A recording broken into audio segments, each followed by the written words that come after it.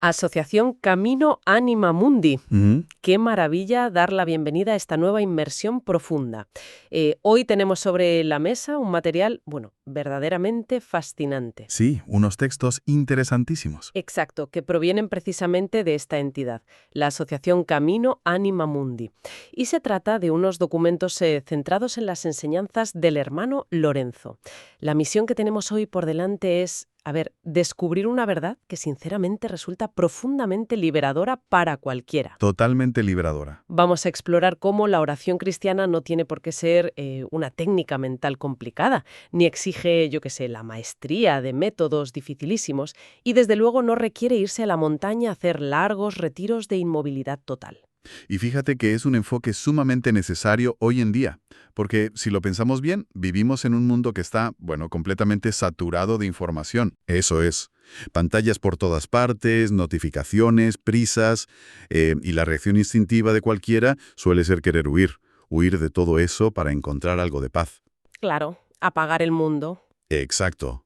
Pero esta inmersión va a mostrar, a través de estos textos, cómo la verdadera vida espiritual ocurre exactamente en el lugar opuesto al que solemos imaginar. Ocurre en medio del caos cotidiano. En la vida real. Sí, hablamos de una conexión que se da cocinando, trabajando frente a un ordenador, esperando desesperadamente en un atasco o incluso en medio del cansancio más absoluto al final del día. Pues vamos a desgranar esto con calma, porque, el contraste fundamental es impactante. Choca de frente con lo que la cultura popular, digamos, entiende hoy por espiritualidad. Desde luego. Existe esta creencia tan extendida, casi un cliché, de que para orar o para conectar con lo divino, uno tiene que aislarse por completo. Da la sensación de que hace falta apagar la vida, crear un vacío absoluto en la mente, encender incienso. Lograr un estado impecable, sí. Justo un estado silencioso. Sin embargo, lo que proponen estos textos, a través de la figura del hermano Lorenzo, es desplazar por completo ese centro de gravedad. Ujú. La idea central es que la oración verdadera no empieza cuando se detiene el mundo, sino cuando la vida deja de vivirse en soledad y orfandad. Lo fascinante aquí, y esto conecta con la visión general de la tradición cristiana, es subrayar con mucha fuerza un punto vital de los documentos que estamos analizando. Sí, Esta práctica no trata a Dios como si fuera una simple alegoría interior. ojo con esto, que es importante. Muy importante. Porque hoy en día está muy de moda hablar del universo, o de una energía difusa, o usar a Dios como una mera proyección psicológica, pues para que uno se sienta mejor consigo mismo. Ya, como una herramienta de autoayuda. Exacto, pero los textos son categóricos. Aquí se habla del Dios vivo. Esta espiritualidad se apoya firme y explícitamente en Jesucristo como Señor y Salvador. Claro. Es decir, se trata de una relación absolutamente real. Una relación que brota del amor, de la confianza, de esa necesidad humana de vivir acompañados. Y del agradecimiento profundo de saber que el alma no le habla al vacío, sino que está ante alguien concreto. Y para ilustrar cómo se vive esa relación real en el día a día, los textos comparten una imagen del hermano Lorenzo que resulta inolvidable. Hay que hacer el ejercicio de imaginarse el escenario porque la verdad es que rompe todos los esquemas. Es fantástica esa imagen. Hablamos de convertir el propio corazón en un verdadero oratorio. El hermano Lorenzo vivía en la Francia del siglo XVII y trabajaba en la cocina de un monasterio. Ujú. Y una cocina monástica de aquella época no tenía absolutamente nada de silenciosa o pacífica. Todo lo contrario. Era un lugar lleno de humo, de calor extremo, rodeado de sartenes gigantes, cazuelas, con varias personas pidiéndole cosas distintas exactamente al mismo tiempo. Un auténtico caos. Un estrés tremendo. Total. Y sin embargo, él describía sentir la misma tranquilidad y la misma presencia de Dios entre esos pucheros que si estuviera arrodillado frente al altar recibiendo la comunión. El corazón se convierte así, pues, en un santuario itinerante que uno se lleva a todas partes. Es que si conectamos esta estampa de la cocina con el panorama más amplio de la psicología y la teología, se revela algo esencial sobre lo que significa realmente la madurez espiritual. A ver. Resulta fundamental analizar la diferencia entre intentar aquietar la mente huyendo del mundo y la capacidad de permanecer en Dios dentro del movimiento del día. Claro, son cosas muy distintas. Muy distintas. Hay que admitir una realidad innegable. Es muchísimo más fácil serenarse dentro de una cápsula de aislamiento. Obvio.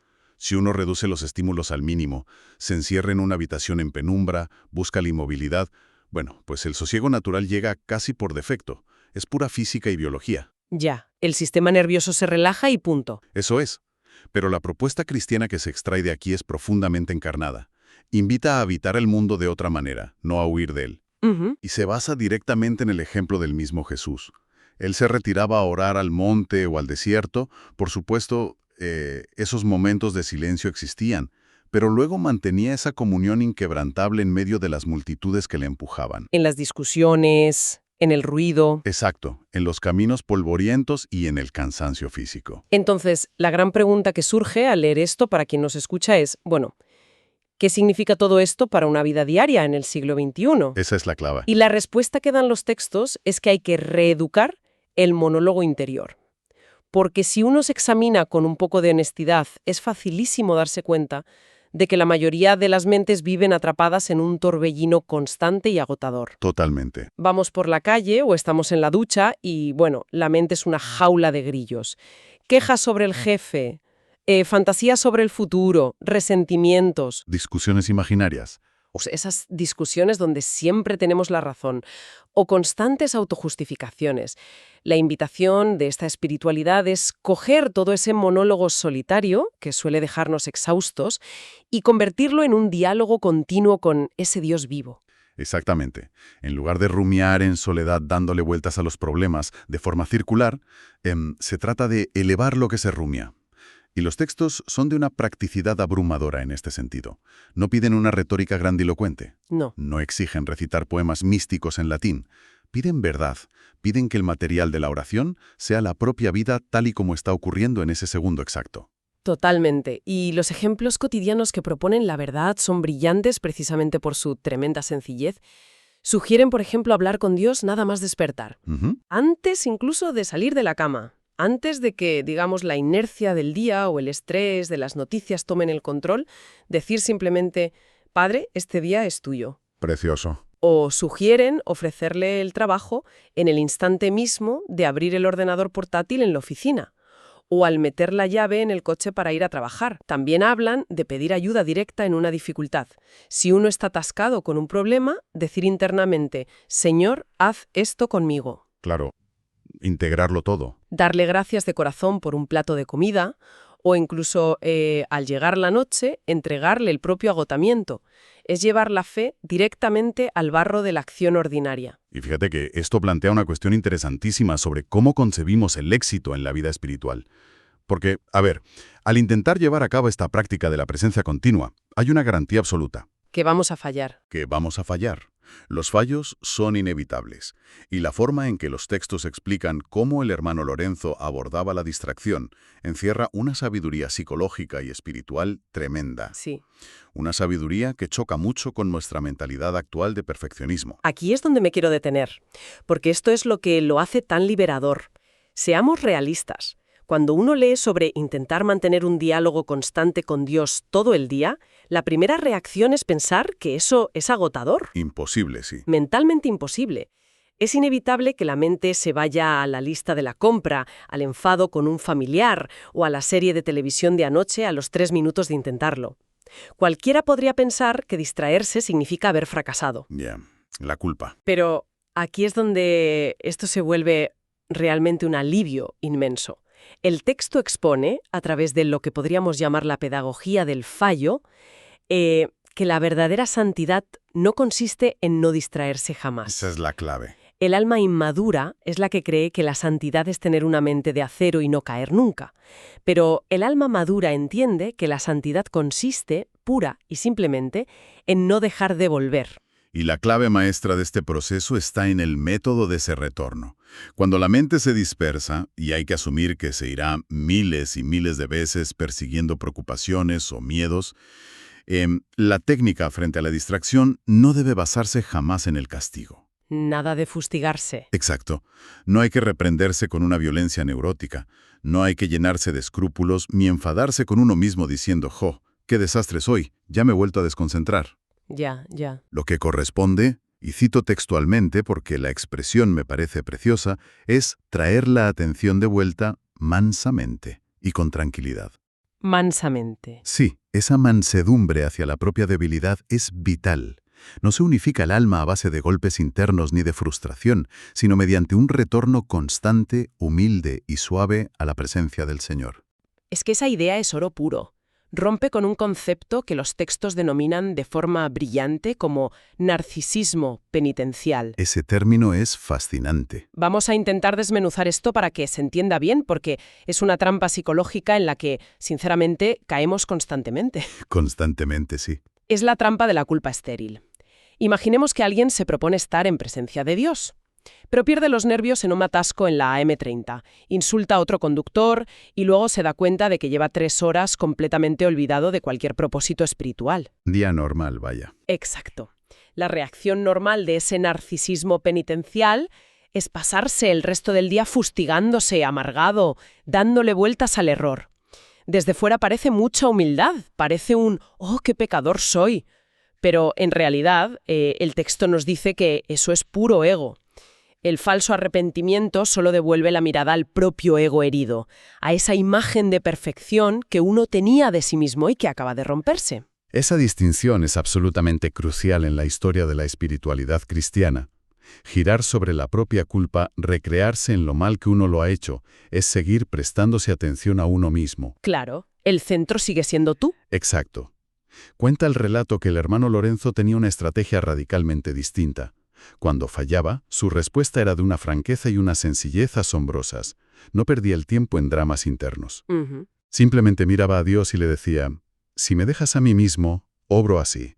A ti te toca impedir mi caída y arreglar lo que está mal». ¡Qué maravilla! Y tras esa confesión, sin excusas dramáticas, retomaba su práctica habitual. Atraviesa la imperfección no mediante la culpa paralizante, sino mediante la confianza filial. Es decir, el arrepentimiento verdadero siempre devuelve la mirada a Dios, nunca la deja anclada en el yo. ¡Qué lucidez, de verdad! Ahora bien, esto nos lleva a un terreno de los textos que me parece aún más desafiante. Porque, a ver, la práctica parece hermosa y fluida cuando hay fervor, ¿no? Claro. Cuando uno está inspirado y siente paz al decir, «Señor, haz esto conmigo». Pero hay un obstáculo enorme en la vida real. ¿Qué ocurre el día 45 de intentar esto? Cuando se pasa la novedad. Exacto. ¿Qué pasa cuando es un martes lluvioso, hay que rellenar una hoja de cálculo interminable en la oficina y no se siente absolutamente nada? Es la duda natural de cualquiera. Aparece el tedio, la insensibilidad, la sequedad total. No hay ningún tipo de fervor emocional. Da la sensación de que el canal se ha cortado y todo se ha roto. Y la respuesta que ofrece los textos frente a ese vacío emocional es profundamente consoladora, aunque, bueno, indudablemente exigente. Esos momentos de aridez, de no sentir nada, no son un fracaso en absoluto. De hecho, en la tradición espiritual cristiana se consideran la verdadera prueba del amor. Vivimos en una cultura que mide la autenticidad de cualquier experiencia basándose exclusivamente en la intensidad emocional. Si no hay mariposas, no es real. Exacto. Si no siento buenas vibraciones, parece que no vale. Pero el hermano Lorenzo enseña que la sequedad es el momento exacto, el crisol, donde el alma demuestra que busca al Dios vivo por quien es Él, y no simplemente por el consuelo emocional o la paz psicológica que Él produce. Es un cambio de perspectiva enorme. Seguir volviendo a Dios, seguir ofreciéndole el día, sin recibir a cambio el premio del bienestar sensible e inmediato, es considerado una forma de oración altísima y de un amor mucho más purificado. Tiene muchísimo sentido. Es pasar del enamoramiento inicial al amor maduro. Y eso se aplica directamente al tema del trabajo ingrato o del sufrimiento cotidiano. Totalmente. A esa tarea de la casa que provoca una pereza inmensa, o a ese recado que fastidia profundamente hacer. La propuesta aquí es ofrecer a Dios deliberadamente justo esa tarea desagradable. El dolor físico, la enfermedad y el cansancio mental tampoco quedan fuera de la ecuación. No son interrupciones. No son pausas en la vida espiritual, se integran en ella. Quien escucha puede imaginarse perfectamente diciendo en un día nefasto, «Señor, estoy completamente agotado, no puedo más con esta situación, pero sigo aquí y te entrego esta misma fatiga». De repente, la frustración deja de ser un muro y encuentra un cauce, un sentido. Y si llevamos toda esta lógica de la dimensión personal a la dimensión comunitaria, entramos en lo que los textos denominan el estilo viandante. Me encanta este concepto. Es fascinante. La palabra viandante hace referencia a alguien que está en camino, que viaja, que no está estático. No es una espiritualidad de quedarse encerrado en una celda de forma permanente, sino de caminar junto a otros. Caminar acompañados. Exacto. Si esta presencia de Dios se convierte realmente en un estilo de vida compartido por un grupo humano, las implicaciones son transformadoras para las relaciones. Actividades cotidianas como cantar, estudiar un texto complejo, fregar los platos después de cenar o barrer una sala, pues dejan de ser meras acciones funcionales o cargas pesadas, se transforman en actos de comunión. Claro, porque cambia el propósito final de la acción. Que tiene el poder de eliminar el ego en el servicio.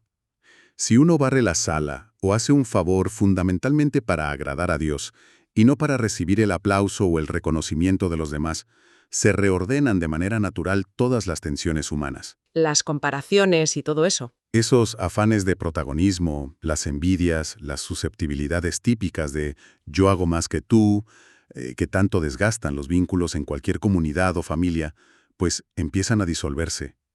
La obra se hace por amor a Dios, y eso purifica el servicio a los hermanos. Es decir, que una comunidad, ya sea una familia, una asociación o un monasterio, no se sostiene a largo plazo solo por compartir unas ideas teóricas comunes o por organizar eventos muy elaborados. No.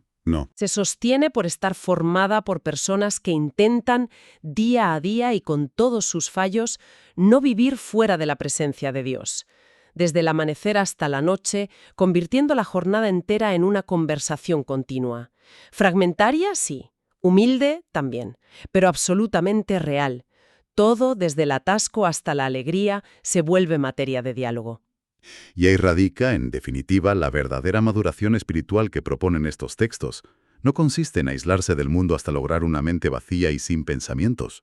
Para nada. Consiste en reeducar la atención para que en medio de la alegría más desbordante, de la tristeza más profunda, del trabajo más tedioso o del descanso necesario, el corazón recuerde siempre que está acompañado. Es una espiritualidad asombrosamente integral. Abraza toda la condición humana sin evadir ninguna de sus realidades materiales, psicológicas o emocionales, integrándolas todas bajo la mirada amorosa y atenta de Jesucristo. Bueno, para ir sintetizando la enorme belleza y profundidad de esta inmersión, nos encontramos ante una espiritualidad que es increíblemente práctica. Es muy sencilla en su formulación teórica, pero profundamente transformadora en su ejecución diaria. El gran mensaje de esperanza que se destila de las enseñanzas de la asociación Camino Anima Mundi y del hermano Lorenzo es comprender que la vida de oración es verdaderamente posible en las existencias concretas. ¿Sí? Tal y como son hoy. No hace falta esperar a que los niños crezcan, a tener menos estrés en el trabajo o a encontrar las condiciones de silencio ideales. Porque la realidad de la vida es que esas condiciones casi nunca llegan. Cada acción ordinaria, cada plato que se lava, cada paso que se da por la calle, cada decepción que se sufre, es en realidad un umbral abierto hacia la presencia del Dios vivo. Y para dejar resonando en la mente una reflexión final sobre todo esto, me gustaría plantear una perspectiva que, cambia los paradigmas. Solemos quejarnos constantemente de las interrupciones, ¿verdad? Todo el tiempo. Pero, ¿y si aquellas interrupciones constantes, esas frustraciones repentinas y esos ruidos cotidianos que parecen obstaculizar nuestra anhelada paz interior, no son distracciones en absoluto? Ostras. ¿Y si son precisamente las invitaciones particulares que el Dios vivo está utilizando en este exacto momento para llamar nuestra atención de vuelta hacia Él? Madre mía, qué perspectiva tan inmensa para llevarse hoy a la vida diaria. Cambia por completo la forma de enfrentarse a los contratiempos de la jornada.